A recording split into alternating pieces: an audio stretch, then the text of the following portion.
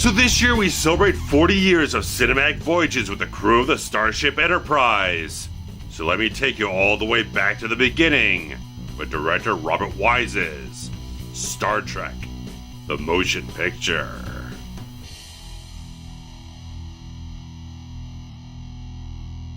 Out near the Klingon neutral zone, an alien cloud of immense power wipes out 3 Klingon battlecruisers and a Federation space station, while on an exact heading for Earth. Thus, Admiral James T. Kirk uses this emergency to negotiate his way back aboard the newly refitted Starship Enterprise. However, he usurps command away from Captain Will Decker, who Kirk himself recommended for the command in the first place, and slyly recruits his friend Dr. McCoy out of retirement to help him on this mission.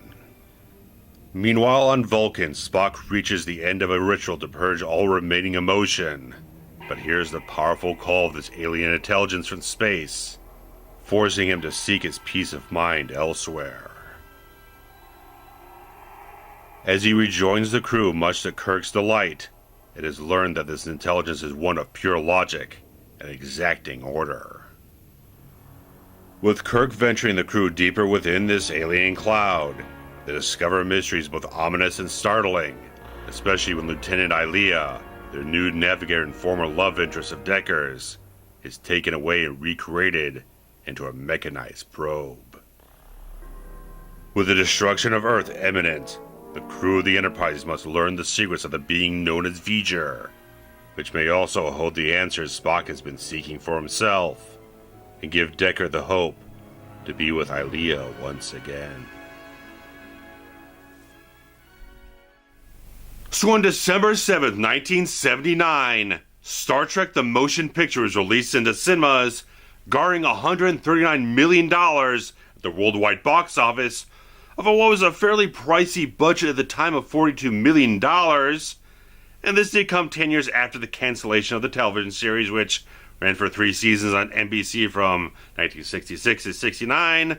We did have an animated series in the 70s and a few other projects that were trying to gain steam throughout this entire decade between the cancellation of the television series, the eventual premiere of the film, including the flip-flop of originally wanting to do a film, but then trying to switch gears back over to a television series called Star Trek Phase 2, where a lot of the ideas and scripts and some of the designs kind of took their sort of prototypical sort of gestation with this whole project and everything, with the original pilot script trying to work into what became the feature film after success of stuff like Star Wars and Close Encounters of the Third Kind, showing very modern science fiction type of films, being very successful at the box office. Definitely stirred Paramount's intentions to get something big out into theaters to make a whole bunch of money on. And so a lot of things went off in development, like I said, with trying to find the right script, trying to find the right ideas. They kind of appeased studio executives, which were very hard to please. So they eventually agreed on what they had there with this script from the Phase 2 television series to be adapted into a feature-length film. And things really kind of get off on such a wonky start here, just with the script where they had one screenwriter, and then they had other people come in to try and work on it again, and eventually you had like Harold Livingston come into the whole thing and being the final credited writer on the film after so many people were taking stabs at the whole thing of the script and trying to figure things out and trying to work things out, where even when they began production on this film eventually didn't have a completed script. They did not have an ending for the film, and it took a long time during the production of the film actually shooting the damn thing before people started getting the ideas to kind of fit all the pieces together of how to have the whole thing come together and feel how all these elements of story and character and thematic elements come together in a type of way that would be very much cohesive towards the end of the film. And other things just went off in very interesting type of ways where they're trying to get the whole thing put together, but they had problems with Leonard Nimoy coming onto the film because he didn't want to go back to the character of Spock. He had some friction going on with the executives and whatnot, having some royalties he wasn't paid for and being fairly upset by that. So eventually filmmakers settled down with him, sorted all that stuff out, and eventually him and Shatner also had authority over the final script as well. So you had further people getting into the pod of this entire creative approval process here, making it somewhat difficult to appease so many masters in this type of thing, to have everyone have their own approvals and seals of just go ahead and do this type of stuff. And so you had all these things going on, this whole thing, but you had this seasoned, well-respected director, Robert Wise, coming in, who had done stuff like West Side Story and The Sound of Music, and he's done The Day the Earth Stood Still and The Andromeda Strain, all these kind of very classic type of pictures in Hollywood, where people could probably look back on this film a lot and see that this was kind of an anomaly of sorts in this point in time, where you had like the new Hollywood movement going on, where you had guys like Coppola and Spielberg and De Palma and George Lucas, all these fresh new bloods in Hollywood, injecting all this new energy and different styles and different artistic filmmaking methods into how you make a motion picture. But Robert Wise was definitely a very traditional type of filmmaker and everything, and gave this very much that type of feel and aesthetic to it and overall.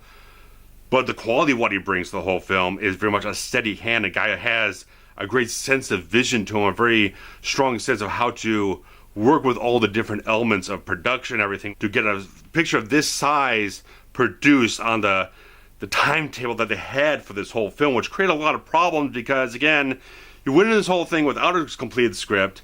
You've got Paramount wanting to get this out for a December 1979 release date concretely, and you've got a whole bunch of things with the special effects just can't be fully completed within the space of time that you have here. The film was actually released without Robert Wise ever doing a test screening, a final answer print for this whole thing. He never got a completed version of the film released into cinemas by December 7th of 1979. He walked into the premiere with the film canister under his hand because they just ran out of time. They were doing everything up to the very last minute to get this thing finished, to put it out into theaters. And so mainly I'm looking at the director's edition of this film, which had Robert Wise's approval and released on DVD and VHS in 2001, because mainly the theatrical cut just doesn't come off as the best version of this film, because there's a lot of stuff in it that just doesn't have the nuance, doesn't have the flourishes that I think really aid to the quality of this film that I think it justly deserves. And even they have this 1983 television version released on VHS and Laserdisc that ran like an extra 12 minutes longer than the theatrical cut without Robert Wise's approval. They just kind of like dumped everything they had into it to get more kind of like ad space on the primetime network and everything, and just dumped a whole bunch of extra scenes, unfinished special effects shots, whole bunch of stuff that just didn't meet with his approval, didn't have the refinement that he wanted the film to have. And it, again, wasn't until DVD that he eventually got the chance to go in there with his team to create brand new special effects that seamlessly match what they did back in 1979, and just do everything to get all the right refinements, the right nuances, the right stuff trimmed and added in there, all the right things to match what he wanted the film to be. Really is a testament to the quality of what he really wanted this film to become, because it's not so interesting when you kind of watch this film. They look at a lot of the other Star Trek films that came after it, where they're great films, not so great films, where they are. This one has such a grandiose scope and scale to it. It's just the style this film goes for, the ambitious size of everything in this film. Just an absolutely awe-inspiring, wondrous type of experience for a theatrical debut of this franchise. It's just to look at the film, to behold what this film has to offer in terms of the quality it's giving, just the sense it's trying to convey out to an audience, is a massive scale of everything. I'm just very, very much impressed by just the size of the whole film and everything. Just with the story you're trying to tell here, with the V'ger mystery and all these different things with Spock and the sort of Vulcan mysticism, that kind of tying in with this almost horror-laden type of mystery you have out there in space, where this terrifying, powerful cloud is just absorbing and destroying, decimating things in its path and whatnot. It has that terrifying sort of undercurtain in a certain way, highlighted by such an amazing score by Jerry Goldsmith in places, that just so much that you have going on with that type of thing just gives a certain vibe to it and everything, a certain intrigue and certain tension that you have going forward. and a perfectly Star Trek type of wondrous mystery as well, that you're just journeying into the unknown where no man has gone before type of thing. It has that Star Trek essence in a certain way, that you're exploring something alien, unknown, and trying to connect with the human condition and trying to reflect about all these things and find the humanity in these ideas and what you're exploring and what you're trying to connect with and all these different things. Just, it feels very Star Trek like, even if there is certain things with the aesthetics of the film. Definitely, I mean, the wardrobe is definitely from the planet Beige, and that's definitely the most dated thing about the whole film, that everyone's in these sort of leotard type of outfits that have this very sort of beigey pastel type of thing going on that isn't very flattering. A lot of these outfits, a lot of the cast were not very happy with. They weren't very comfortable in them, and it does slightly affect the whole film in terms of just being dated. That's what just really kind of just nails it in that type of way, where obviously the television series had a lot more color to it and everything, but Robert Wise a little bit more is trying to mute things down and trying to have more of the focus on the actors instead of like a lot of flashy production design, a lot of vibrant colors and whatnot.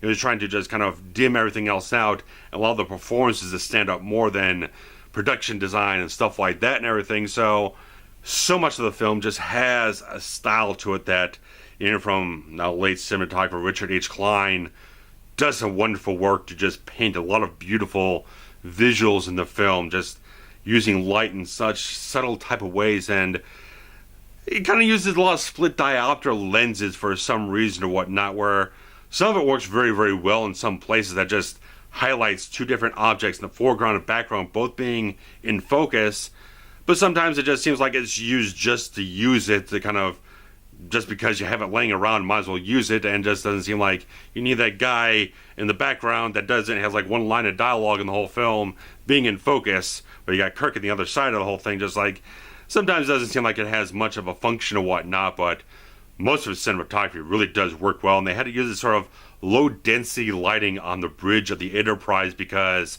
apparently all those monitors were like in later films were really kind of just regular kind of like computer screens and whatnot. They were actually rear projection screens and whatnot, so you had film projectors running off set and whatnot, projecting these images onto these screens, probably making for a very noisy set and requiring a lot of ADR afterwards. So, a bit of a thing there, but it's still a really good looking picture, especially when you look at the way the film was originally shot.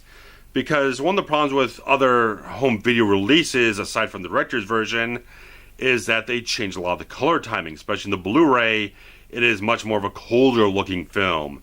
They color timed it much more of a bluer, more neutral type of thing. Original photography was a lot warmer type of stuff to be a little bit more inviting into the whole film and not have such a steely type of aesthetic to it that other retimed versions have really kind of decided to go with for whatever reason. His original intentions with the film, photography-wise, really looks very inviting. It allows you to embrace the scenes, the sets, the characters a little bit more. It just feels a little bit more in tune with what you want to do with these characters and have them a little bit more connective in that type of way. That color palette really aids a little bit more towards that, and obviously does sort of complement the beige wardrobe in a certain way. But regardless of that, Richard H. Klein was a really good cinematographer, worked very regularly for many, many decades, and passed away in 2018, but left behind some really magnificent looking films, and this is absolutely fantastically one of them.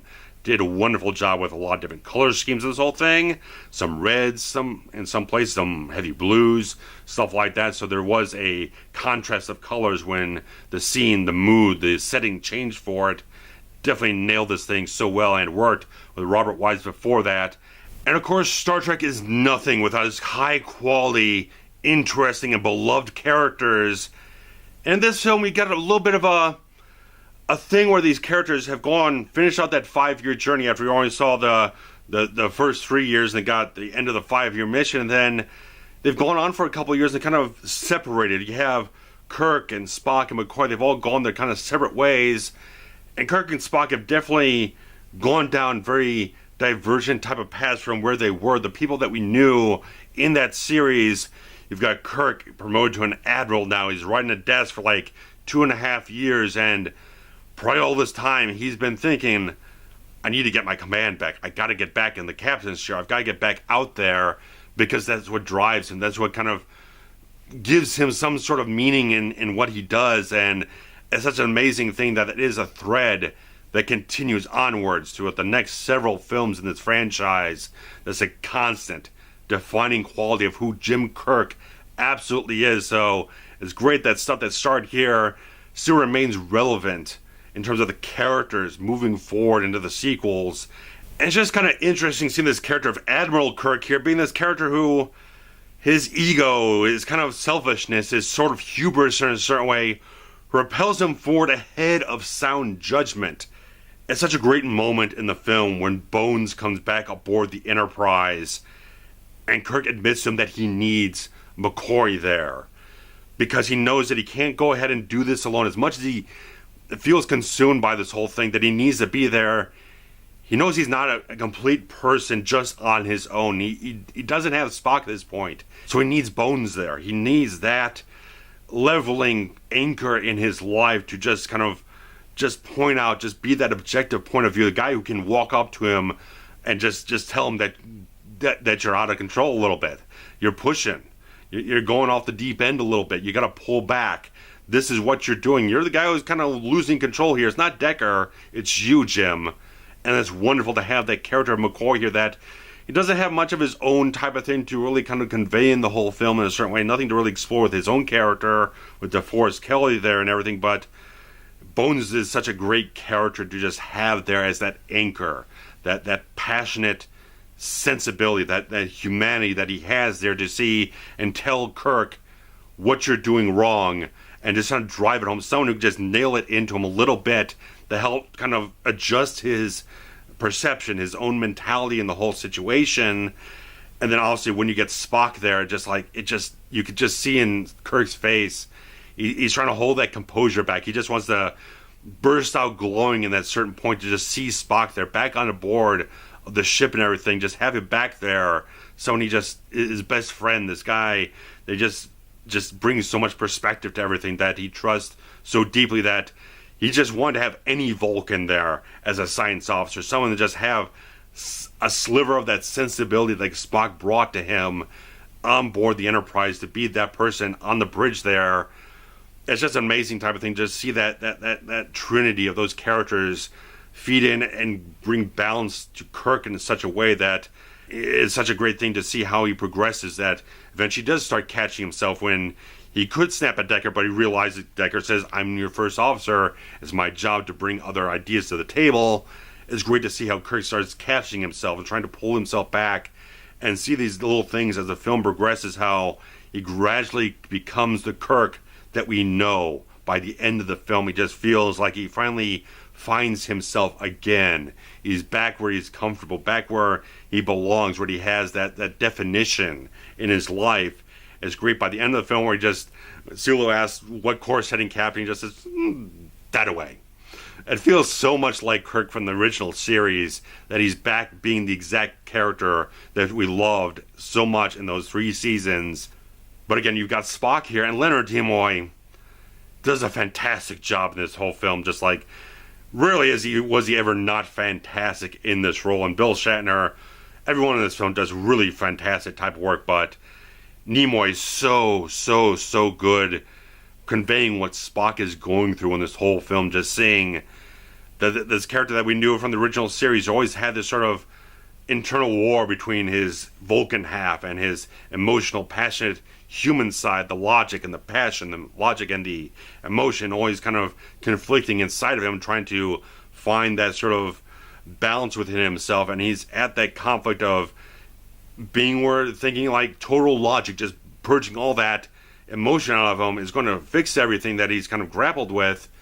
But he gets pulled to V'ger and all these different things. You can see how much he walks on the bridge of the Enterprise there, just like he has that bothered, far off quality. He's just, his mind is light years away from this bridge and everything. And just like these moments that you just see with Spock and everything, where he's disparate, he's lost in a certain way, he's empty, he just doesn't have that meaning, that purpose to make himself whole in a certain way. And it's such a great thing how there is that wonderful parallel between Spock and V'Ger, these two sort of kindred minds out there in the universe that are both kind of in the same position in their existences, trying to find the same thing, trying to find what's going to make them whole.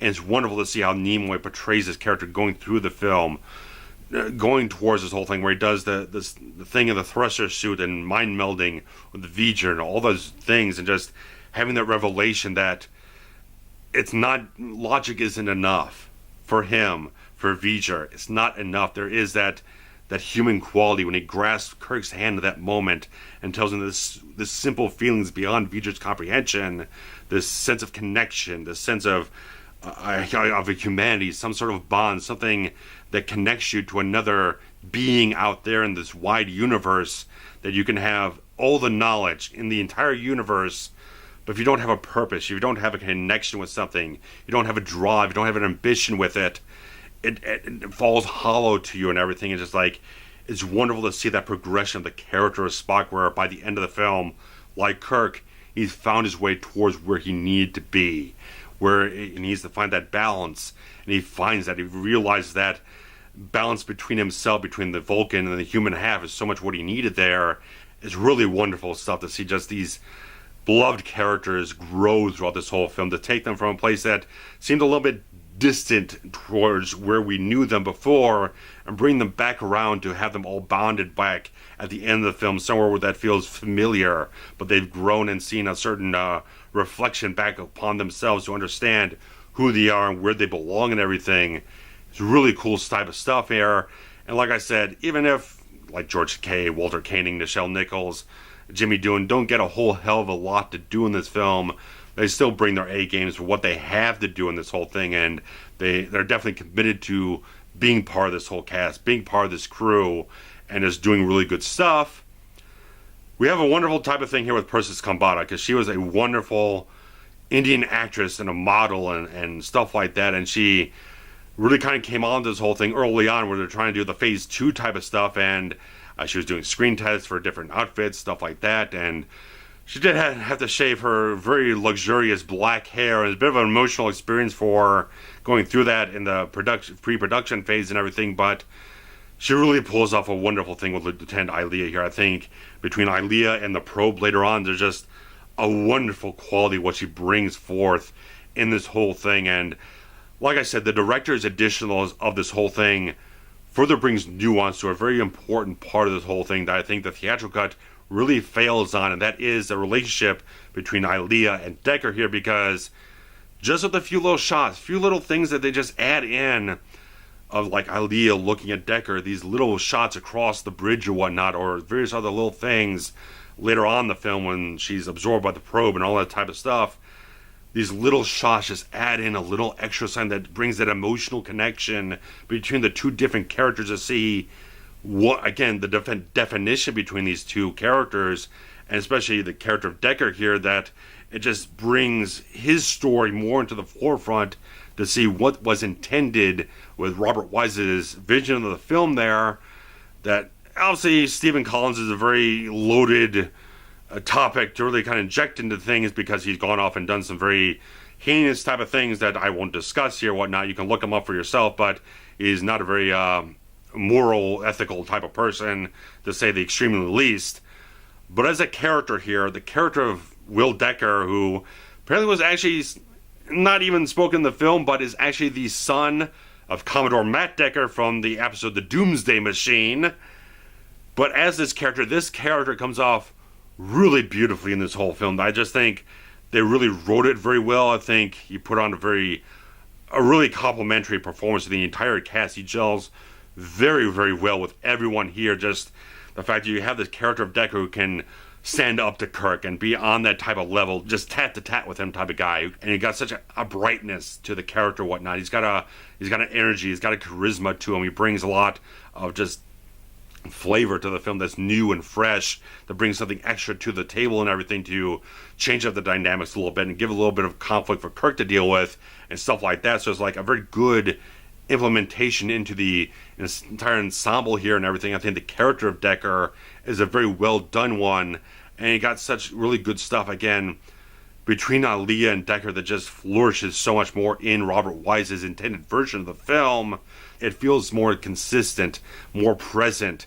That you just, by the time you get to the end, you understand what Decker's motivation is going into the end of the film there, where V'ger needs to connect with his creator and doing all these things possible to bring the creator there so he can merge with it and everything, because this one woman he didn't expect to ever walk back into his life does, and then it's taken from him.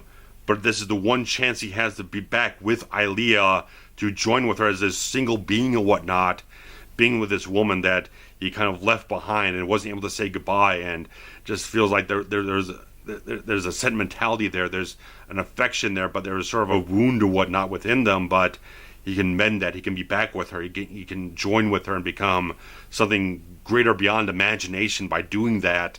It's a wonderful type of thing to just see that come together so well with all the extra little nuances and the flourishes that you're able to get in that version of the film, where a lot of the stuff in the theatrical cut was just not there to tell those little points of the story and the characters and whatnot and the relationships, and just makes the film flow better and just makes all the pieces connect more strongly and just tighten it up in certain places. And yeah, there's been everything said about this film in terms of the pacing. People have called it the slow motion picture, the motionless picture. So many different things over the years, just not being fans of how the film moves. But I'll tell you, actor Karl Urban loves this film, and he's a pretty damn good actor, and he's definitely a Star Trek fan, and he really came to appreciate this film, as I have as well now, that I think, yeah, the thing still does kind of move a little slow.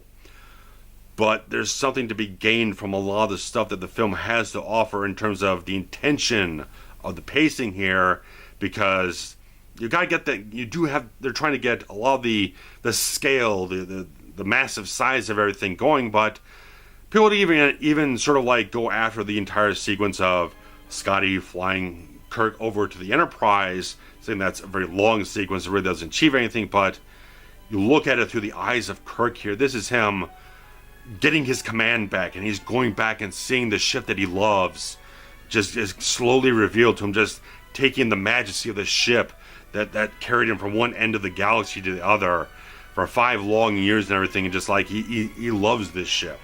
This is his ship, this is his command, this is what he knows, this is what he feels, this is what just brings so much of that life into him. And when you turn around and have that wonderful just cue go off and everything, you just get that reveal of the front of the Enterprise. And nice little flourish they add in the director's version is that when you cut back to Kirk, you've got the reflection of it on the screen and everything, so you can see both him and the ship in the same shot there. So it's like, it's something about telling the story of the character of Kirk there through that sequence, to see this is what he loves, this is what means so much to him.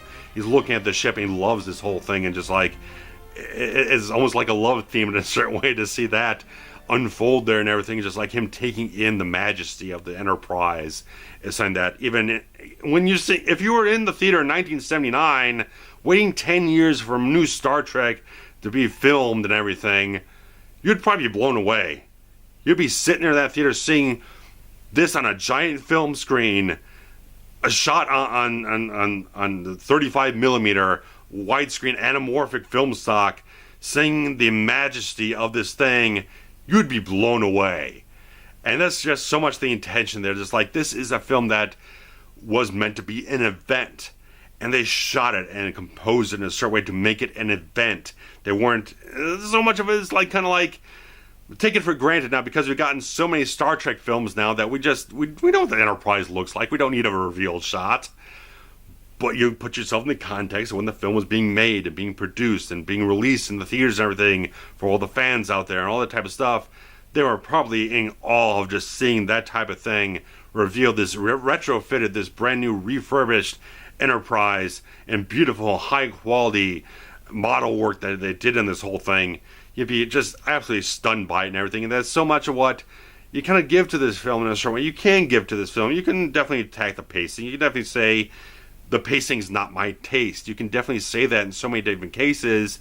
because that can be the truth. I mean, the longest time now, I always felt like the film was probably kind of boring. It was overlong. It kind of dragged in places, but I've kind of gotten a little bit kind of enthusiastic about the film, as you can tell.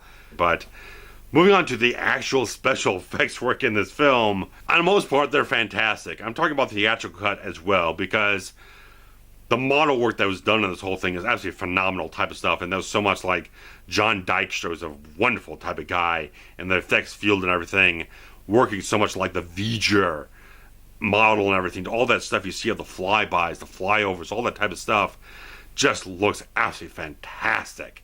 The scale, the detail, the way the light is photographed off of it and everything, it has that ominous feeling and everything. It just feels so alien in a certain way. All the stuff they did with like painting on these sort of panes of different glass to create the cloud and everything, to create a certain dimension, painting things from one pane to a next, that creates such a beautiful type of style to it and everything, and just everything they did to just make these effects live and breathe and just come to glorious life on screen, which is absolutely phenomenal type of thing to behold.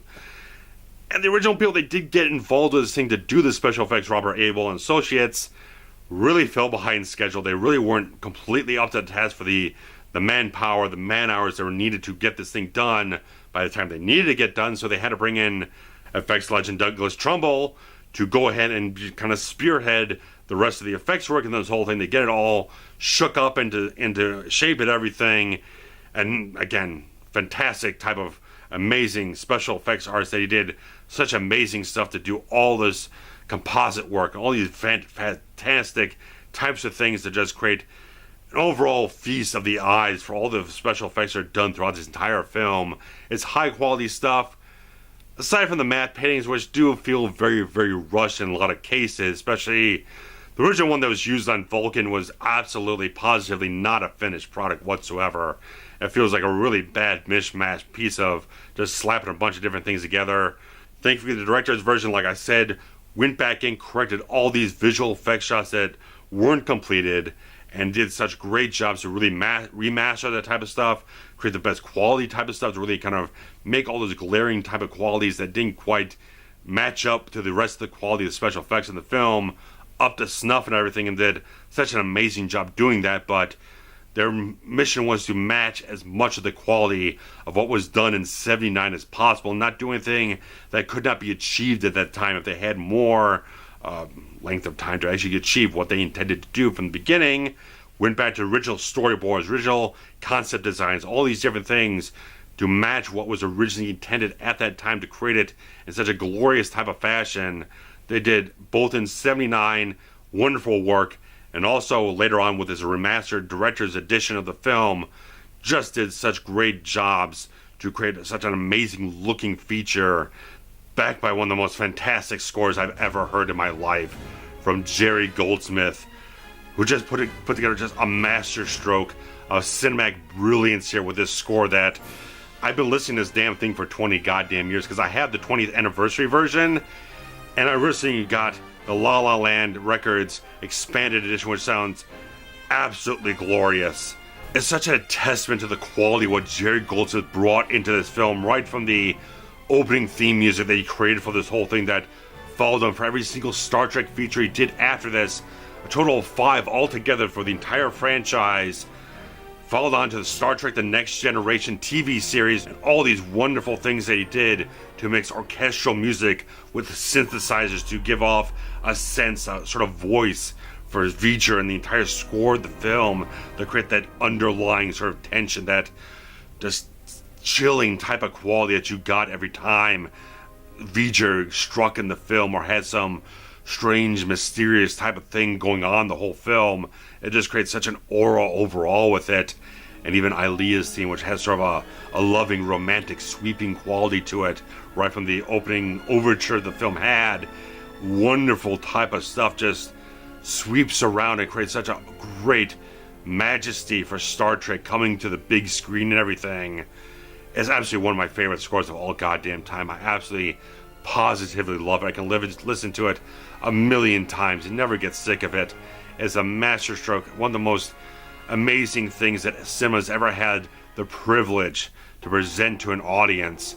It's a wonderful type of thing. One of his best scores of absolutely all time. And every time he came back onto Star Trek, regardless of the quality of film, whether it was like Star Trek V, The Final Frontier, or First Contact, or Nemesis, or Insurrection, he brought his A game and brought fantastic scores every single time. This is no exception. He started off things on the most wonderful, glorious note possible.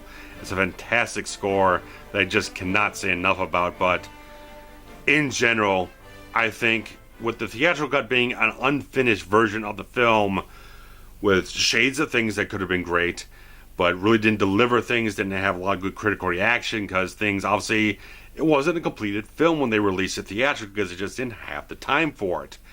Apparently, despite some rumors and some conjecture here and there that despite it only being on DVD and not yet getting an HD version, executive producer for the director's version, David C. Fine, who, oddly enough, I found out actually worked on the supplemental materials for the special edition Laserdisc of The Abyss, he said on record, on a forum post himself, that all those visual effects shots were created with HD in mind. They have all the elements that they need to be able to create an HD remaster of the film if Paramount will greenlight it, which they have not yet done, sadly. So it's one of those interesting things where the proper version of this film has been made. It's been put together, it's been approved by the director, who sadly passed away several years ago, and also Jerry Goldsmith passed about the same time as he did. So two of these great titans that created such a great legacy, such a great majesty with this film, passed away and don't have much more to spearhead anything further with the film. But as we've gotten this fantastic remastered soundtrack, why not get the director's version of this film, this proper HD remaster treatment? And I think that's kind of the main thing I'm kind of pushing forward this review, is that the proper version of this film has been slightly neglected since they originally created it about 18 years ago. They need to give it a little bit more of attention, put it in its proper place in history so it can be preserved going forward into these high definition, ultra high definition ages and whatnot. It definitely deserves that quality because the version that is most prevalent out there is not the finished version of the film, not the film the director wanted, not anyone in the production really thought was the film that was supposed to be released.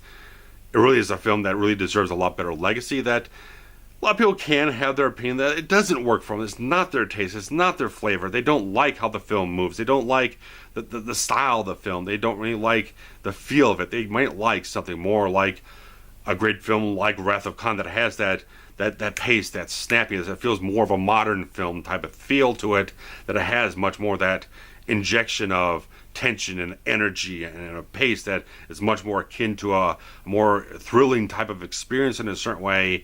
There's all different types and flavors of Star Trek out there to embrace and kind of veer towards and be gravitated towards, and some stuff that kind of floats away from you here and there and everything. And I think that the motion picture has a certain thing to offer if you do have the patience for it, to really kind of give it the time of day and latch on to what it's trying to offer and everything. So I think there's a lot of things to praise about, certain things to criticize, but I think there's a lot of stuff that just really deserves as much praise as you could possibly give it. So you guys are going to have a lot to say in the comments, I'm absolutely certain of, because there's a lot to say about this film, different versions of it that run different lengths and have different positives and negatives towards them and everything. So let me know if you guys have seen the director's version, or if you haven't, let me know, because that would definitely be part of the conversation I'm kind of addressing here and whatnot. That what is the version that you've been most readily kind of gravitated towards? Which one has been most readily available to you that you're most familiar with? So that'd be the most interesting thing to kind of spark off in a little bit here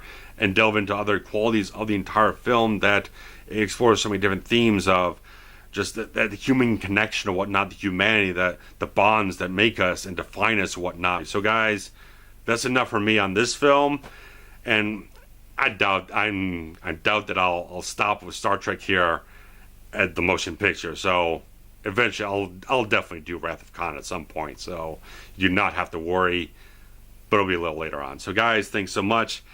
Take care. Thanks for sticking around so much, commenting, liking, sharing stuff around if you haven't subscribed yet.